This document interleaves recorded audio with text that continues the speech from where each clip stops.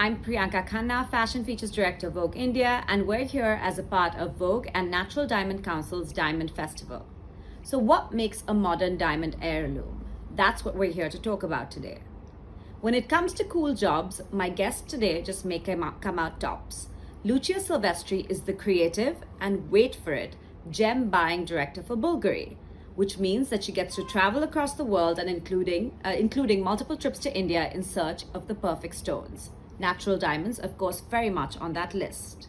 Lucia just also completed a very important anniversary, 40 years with the house. She joined as a young biology student at 18 and soon became Paolo Bulgari's protege.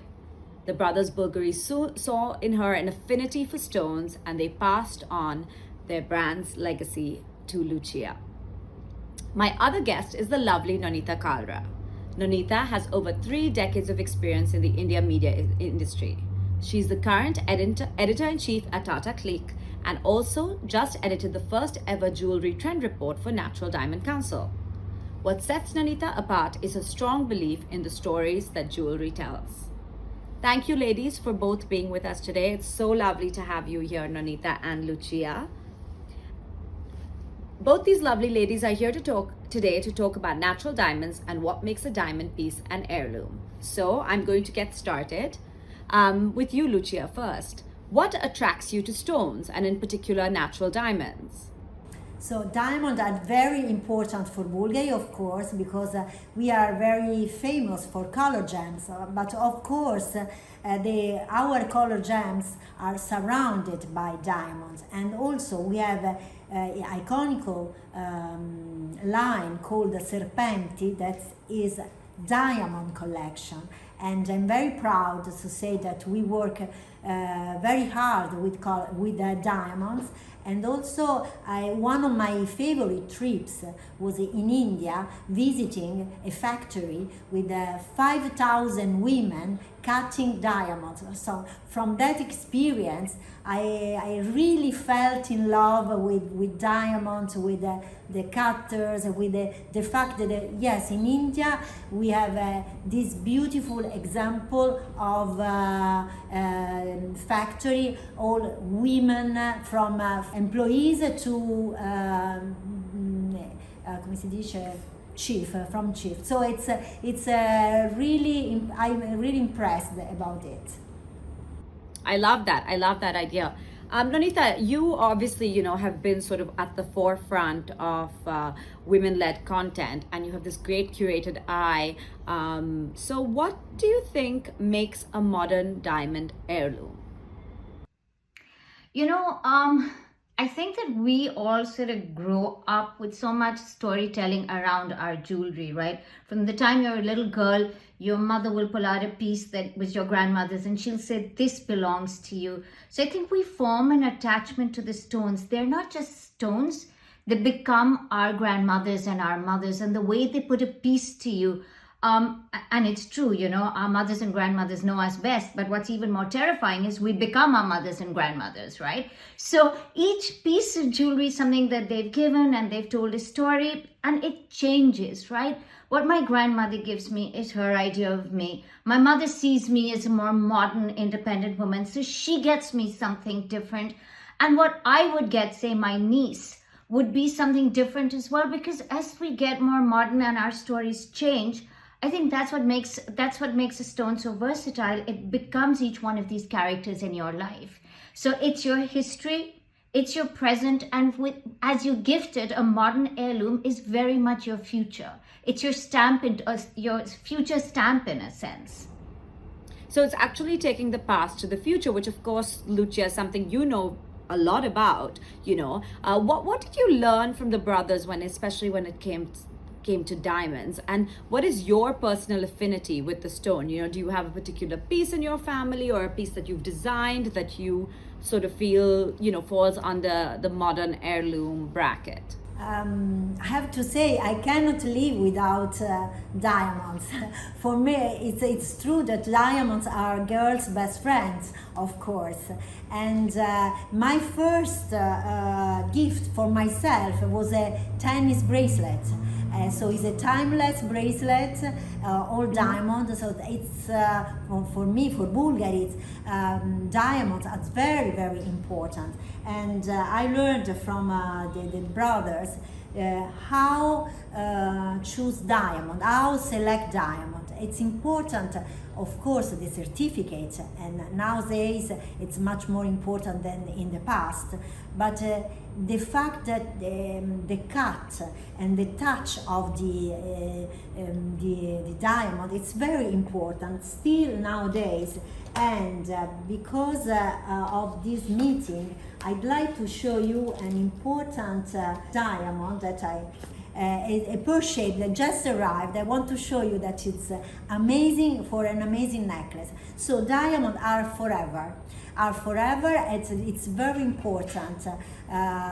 Like studs, earrings for every day, and I like to play a lot with diamond. For instance, my studs are one diamond, one emerald, and I learned a lot from your culture how wear diamond. And for instance, I love rose cut diamond. That is a typical Indian cut of diamond. Yes, that's right. And It's one of the things that I learned from the Bulgari brothers, to love rose cut diamond. That's really interesting to hear. Actually, that was going to be my next question to you. Do you have a particular cut? But I love that you have, that you have this idea of wearing two different stones to show different aspects of your personality. I think that's so great. Nonita, do you have a personal cut that you like, or do you have a piece in your family history, or one that you've just bought yourself that you? Of course, like every woman, your engagement ring is it's definitely your favorite. But I'm currently wearing these earrings of my mother's. They were, they're tiny little diamonds in the shape of a star. She had bigger ears. She wore them on her ears. I've made them danglers. They were my grandmother's, and they were her mother's, and they're really delicate and can be worn every day. And I think for me, what is so special about diamonds is you can dress them up and you can dress them down. And so the pieces that you get sort of from your family, as time changes, you can make them t-shirt diamonds. You can wear them all the time. I've seen you wear diamonds really beautifully. You can wear really big stones and wear just a simple white shirt, and they look casual, and then when you wear it with a black dress. So I think in every house there are a bunch of diamonds. I think we're lucky in India to have a collection of diamonds. That's the story of diamonds. It's really strange. It's not a cold stone. You think because it has no color that it's a cold stone. It's a stone that works really well with other stones, as we just discussed, but it's a stone that when you wear it on yourself alone, it becomes very much part of your personality. It sort of has this ability to give you a shine, to allow you to be yourself. And the reason diamonds for me are modern heirlooms is that they have that's the individualistic character. Lucia's daughter will like it. Her granddaughter will like it. They may not like her older pieces, but a simple diamond, a tennis bracelet, they'll wear it all the time. It becomes modern with the person who wears it. I agree, Nonita. Now, going back to you, Lucia, which, by the way, you look fantastic, and I think it just accentuates why you have the coolest job in the world. But I was just saying that the serpenti for me is one of my all-time favorite designs. Is there a particular? Is this your personal favorite from the Bulgari archive? It's difficult to say. I have a lot of favorite pieces, but serpenti is one of them, of course. This is something that it's so iconic, Bulgari piece, all diamond, and not only the creativity, but also the quality of the craftsmanship. It's really, really amazing. It's not rigid. Incredible. It's not rigid. The piece is really a masterpiece. But also we just launched this serpenti bracelet that is Viper. And I like to wear them, one in white gold, pink gold, and yellow gold. They are all diamond, and the ring too. So it's something very modern and very casual to wear. I love your idea of casual. This is why the Italians and the Indians get along so well, right? Because this is for us as casual. Yes, I learned a lot from your culture. from the Marani especially, and especially during your weddings. I discovered the way that you have to wear jewels. I love so much. We do too, and that's why we're missing, being out and being at weddings right now. And I think we're all looking for an opportunity to dress up. Yeah. I want to kind of talk to you, Lucia, a little bit about, does the stone inform, when you're designing, does the diamond inform your design, or is it the other way around? Of course, you talk about this pear shape that you just got. So how are you kind of working an idea of a design around it? And of course, Bulgari loves to play with color as well as diamonds. So how do you create that beautiful balance? Yeah, actually we have two kind of processes. One process when we work with color gems. When we work with color gems, we start from the gems and then we make the design. With diamond is the opposite. We start from a suggestion, from an idea, from an inspiration, and then we buy the diamonds. In this case, you can see this last one of the last pieces from Magnifica collection with a pear shape that is a 10 carat pear shaped diamond. But we have also, we can change it with a bigger one that is 20 carats, D internally flawless pear shaped diamond. That's lovely. It's amazing. We're taking that home. Yeah. Yes. Oh my God. It's really amazing. So I want to say that we work with color gems, of course, but always our color gems are surrounded by diamond. We can do anything without diamonds. So if I have this new serpentine necklace without the head, with a mandarin garnet, but all pavé diamonds. Yeah, you see? That's incredible. I love the pop of color too. I think it really balances out the beauty of the diamond. Yes, exactly. Nonita, I'm going to take it back to you to really talk, of course you were talking about how it's all about how you wear the pieces, but is there a particular piece you have an eye on now, a modern heirloom as such for, has this pandemic changed how you are wearing your diamond pieces? I want to wear them every day, but what's really bizarre and strange what's happened is I want bigger pieces. I want to show abundance and joy. Earlier, I was all about the really tiny piece and I didn't want it to show. And now I'm thinking, more, give me more, let me see more, and it's a funny thing. The next diamond purchase that I will buy, and my mother-in-law just gave me chandelier earrings. They're beautiful. I want to wear them all the time. And somehow they're looking okay being worn all the time. I just haven't put them on for this call, but I think that the modern heirloom would be a statement piece. It would be a story that I could tell about how I felt, and it would be a reaffirmation of life. We've been through the strangest time. The whole world has been in lockdown. We've seen a lot of loss. And what happens as a result of that is you want to celebrate life. And you're optimistic. The human condition is weird. You find optimism very quickly. That's your natural resting state. And so I want my jewelry to be statement. I want to wear the cuff. I want to wear the big earring. I want to layer my necklaces. And I want to wear them all the time. I also, my sisters just had twins. I also want to gift them to my niece and nephew in equal parts. I don't want to just limit it to the women in the family. I want to see men wearing diamonds as well. I just think we all need that. I completely agree with you, Nolita. I completely agree. We need to go out from this very bad period with big diamonds, big gems. And I have the stone for you, if you want.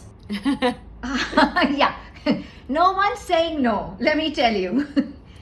It's a short flight from London to Rome, so yeah, I know. I'll see you in a couple of hours. No, but I love the idea of diamonds as bringing joy, because I think the diamond, at this time, of course, there have been so many conversations about sustainability and about pieces that last long, but pieces also that uplift, and I think the diamond sort of ticks all those boxes.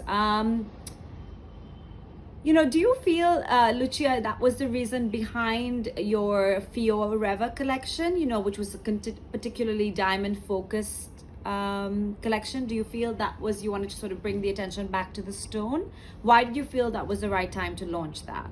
To launch that, we always launch a collection with diamond. For instance, we have a collection called Forever, and it's this one. And we have this collection from the jewelry to high jewelry, one of the kind. And in this case, you can see a design quite classical, but in a contemporary way. And we used rose cut diamond. That they are brilliant, light, and very feminine. Or we have also this one that is a choker. Oh, that's beautiful. With emerald. Yes. And with emerald beads of emerald and rose cut diamond. And I have to say, we bought all the stones in India. They came from India, so I'm very close to your country. And I miss a lot your country, I have to say. I remember meeting you the last time you were here, as well as back for the store opening in Rome, which was incredible. Do you feel, Lucia, that that's what women are also gravitating towards, that they want the statement pieces, they want the diamond pieces, they want to kind of dress up again? Is that what your clients and customers Yes, I absolutely agree with Nonita, because we like to have beautiful stones, beautiful diamonds that can be brilliant on us and on our skin, and from a tennis bracelet that probably now is too small, I need a bigger one, but it's I think that diamonds are really forever and for generations. So how is that changing how you design now? Do you feel there's been a shift in your mindset while you're designing through this time? Has there been, No, I think that we always used to design diamonds in the same way. We like to play with diamonds, and we like play with diamonds and color gems, of course. But I think that diamond deserve a collection, a diamond collection, and with Viper or Serpenti, we really do a great job. I think so, but Viper, this kind of bracelet, for instance, this collection, they are bestseller right now in our stores. So, and also for the new generation. So for the new, we try to catch the new generation with the beauty, because we need beauty and quality. And in the very small details, you can see the quality of our craftsmanship. Not only creativity, not only quality of diamond, but also craftsmanship. I agree, and you can see that in the detail when you showed us the back of the necklace. Nonita, I want to ask you, when you are curating for the women, who come to you and who read your work, what do you think? How has that changed your mindset? What do you think women are looking for now? Of course, we talked about statement jewelry, but what are they really? What do you think they're gravitating towards? I think that women want to be heard. I think that it's time for women, their stories, their place in society. Women want to be heard. They want, and if you hear, I'll tell you, you look at young women, you'll see a 4-year-old with her hand on her hips and she'll go, listen to me, right? You find through your life as a woman in this world, you're always saying, listen to me. So all your storytelling has to change. Women need a place in society. They need their own place. They need their own version of their story. And honestly, that's what jewelry is. And let's not forget that in India, all the best pieces used to belong to the men. The Maharajas owned all the best jewelry. They commissioned all the pieces. This is our feminist moment. We're taking back jewelry. We don't let men wear it, right? We're like, it's ours. But it stems from the fact that women need to be heard. They're speaking up. Jewelry is one of their statements. The way we lead our lives, our independence, our feistiness. I guess that's all part of what's happening, right? So when I'm curating for women, firstly, I curate different voices. I curate women across the board. When we do shoots and we bring jewelry to a shoot, nobody objects. I see every woman suddenly have a favorite piece, have a stone that talks to her, have a piece that she wants to wear. And that's the other thing I like about jewelry. It adorns you in the way you choose. It's your very individual statement. It's your time to yourself. It's your fashion statement without engaging in all the aspects of, is this for me or not? Indian women, Indian and Italian women are brought up with jewelry with so much comfort, right? Our ears are pierced at 6 months. We're handed a piece. Our gold bangles are given to us when you're a year old. You're given your anklets. I think it's us reclaiming ourselves, which is what I find really special about jewelry. And that's what I try and do every time I tell stories of women or I look at fashion and women. Of course, storytelling is a big part of your job, Lucia. And when you look back at Bulgari history, has there been a piece that's come up for an auction, for example, an heirloom piece that you loved the story of, or that inspired you in future collections? I bought back a few pieces from Elizabeth Taylor collection, and of course there are pieces that have color gems, but always diamond. So for me, diamonds is part of Bulgari history, and I cannot forget the huge. I remember one of my first trips abroad with Mr. Bulgari. I could have a handle on my hands, 100 carats pearl-shaped diamond, D internally flawless. Wow. Can you imagine? Wow. It was 22 years old with this 100 carats pearl-shaped diamond, D internally flawless, and I was shocked from the beginning. So I cannot forget that moment. So it's been a long time love affair, clearly. And was that in India? Can I ask you, was that in India? It was in New York.